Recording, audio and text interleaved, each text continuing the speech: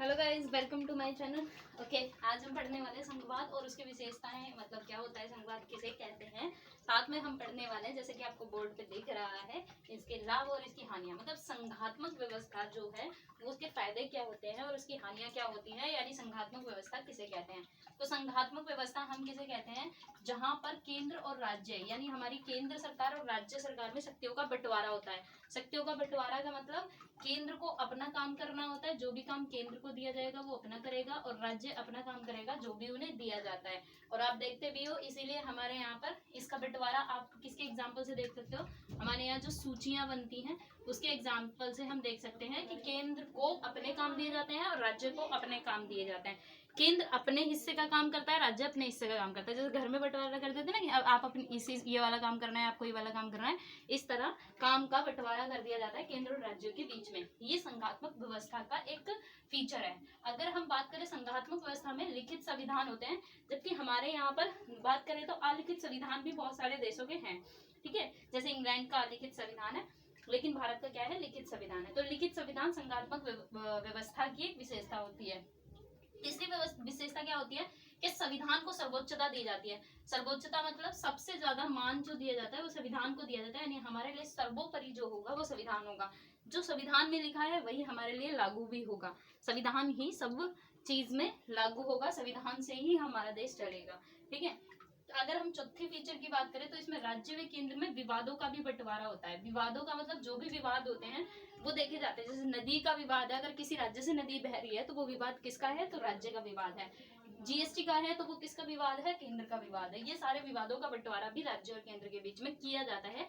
किस व्यवस्था में, तो हमारी संघात्मक व्यवस्था में। ठीक है, और संघात्मक व्यवस्था एक और बोलती है कि संघात्मक व्यवस्था कहती है कि हमारी जो न्यायपालिका है वो क्या होनी चाहिए, स्वतंत्र होनी चाहिए, यानी हमारी न्यायपालिका का अस्तित्व कार्यपालिका और विधायक पालिका से अलग होना चाहिए। यानी कार्यपालिका और कार्यपालिका और विधायिका जो है न्यायपालिका के काम में हस्तक्षेप नहीं कर सकती, यानी उसमें अपनी टांग नहीं अड़ा सकती।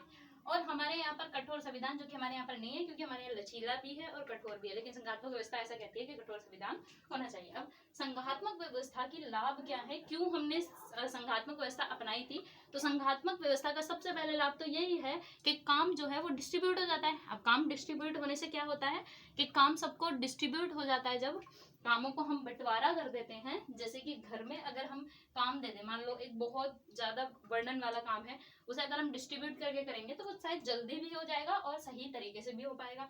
जो जिस फील्ड में एक्सपर्ट है उसको वो वाला काम दे दिया जाए।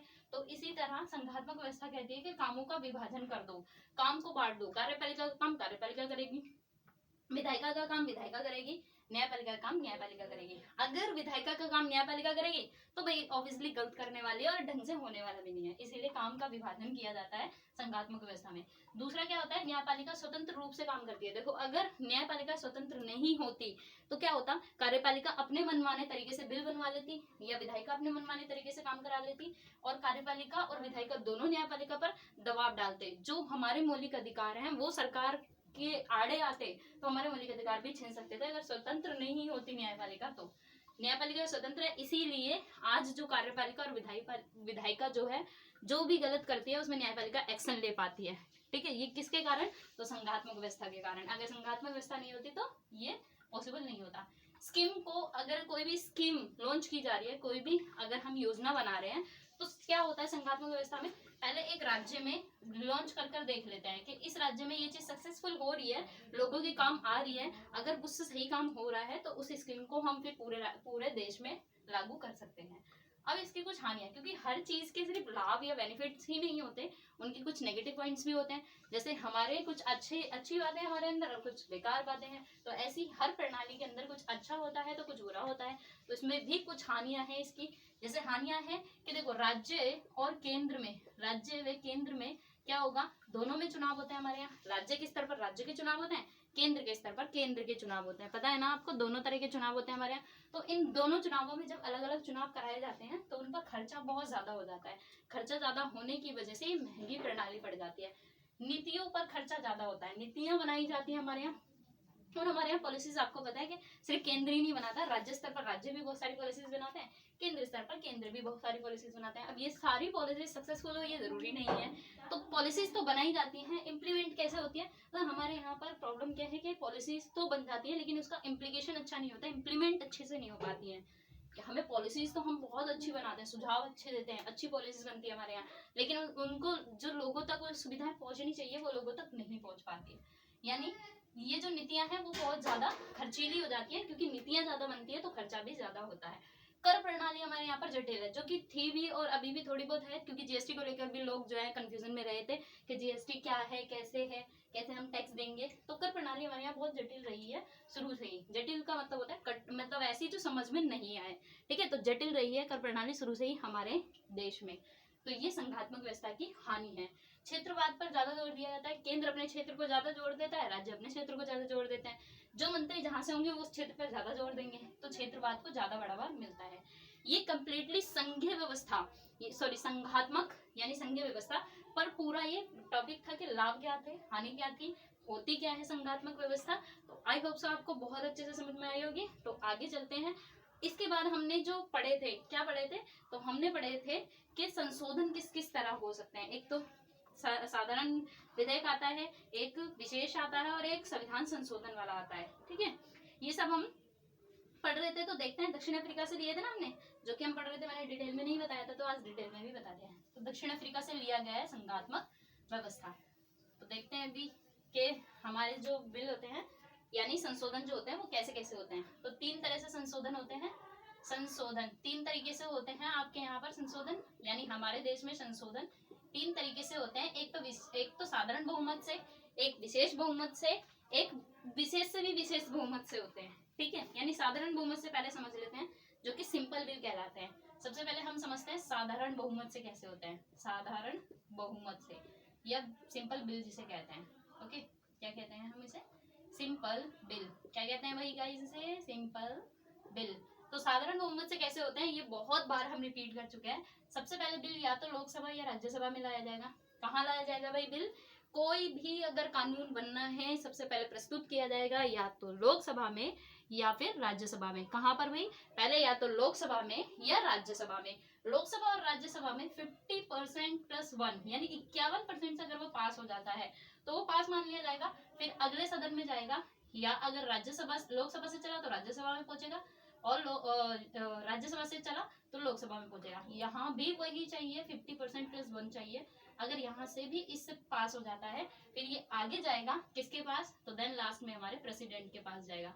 किसके पास जाएगा, तो लास्ट में हमारे प्रेसिडेंट के पास जाएगा, यानी राष्ट्रपति के पास जाएगा। राष्ट्रपति इसको सहमति दे देते हैं यानी साइन कर देते हैं, तो ये कानून बन जाएगा, ठीक है। तो इस तरह साधारण बहुमत से संशोधन किया जाता है।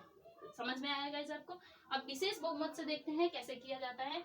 अगला है विशेष बहुमत, ओके, विशेष बहुमत। विशेष बहुमत से कैसे संशोधन करते हैं, तो विशेष बहुमत से संशोधन करने के लिए लोकसभा में जब लाया जाता है, जब लोकसभा या राज्यसभा में ये प्रस्तुत किया जाता है, लोकसभा या राज्यसभा में प्रस्तुत किया जाता है, उस टाइम जो बैठे होते हैं, मतलब उपस्थित सदस्य जो होते हैं उस समय सदन में, क्योंकि आपको पता है अगर लोकसभा में लाए तो लोकसभा में कितने मेंबर्स होते हैं टोटल, तो मेंबर्स की बात करें तो आपको पता है 545 मेंबर्स होते हैं, यानी 273 के आसपास हमें चाहिए इसको पास करने के लिए, क्योंकि 2/3, और वो भी कौन 2/3, 2/3 कौन होने चाहिए, उपस्थित सदस्य, ठीक है, उपस्थित सदस्य का बहुमत, यानी वहां पर जो उपस्थित है, मान लो सदन में इस टाइम उपस्थित है 300 सदस्य, तो 300 का 2/3 मतलब 200। अगर 200 लोग सहमत हैं इससे तो यहाँ से ये बिल पास हो जाएगा।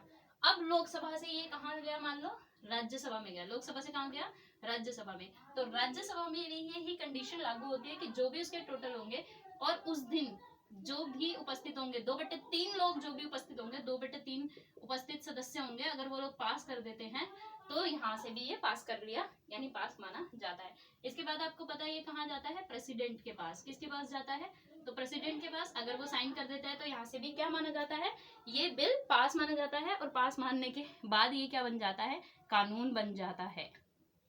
एंड तीसरा प्रकार, ये 2 तरीके से हम क्या कर सकते हैं, संशोधन कर सकते हैं। एंड थर्ड संशोधन देख लेते हैं, तो उसे बोलते हैं संविधान संशोधन विधेयक। क्या बोलते हैं उसे, संविधान संशोधन विधेयक। क्या बोलते हैं उसे, बोलते हैं हम संविधान संशोधन विधेयक।